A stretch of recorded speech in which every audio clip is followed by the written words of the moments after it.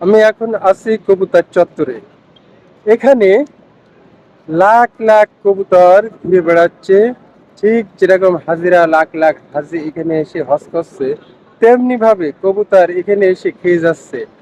লোকজন খাবার এনে এখানে দিয়ে যাচ্ছে, আর কবুতর মন ভরে পেট ভরে খেয়ে যাচ্ছে।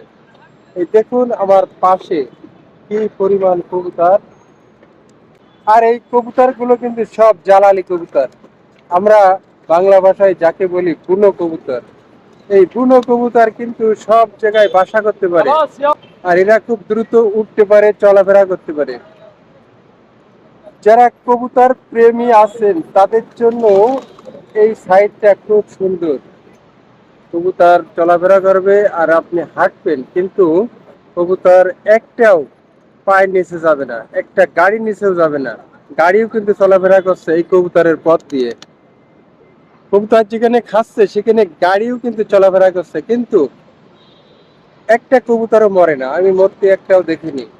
মানে এত পরিমাণ চালাকিরা। আর খাদ্যর সন্ধানে সব জায়গায় ছুটে বেড়ায় এরা।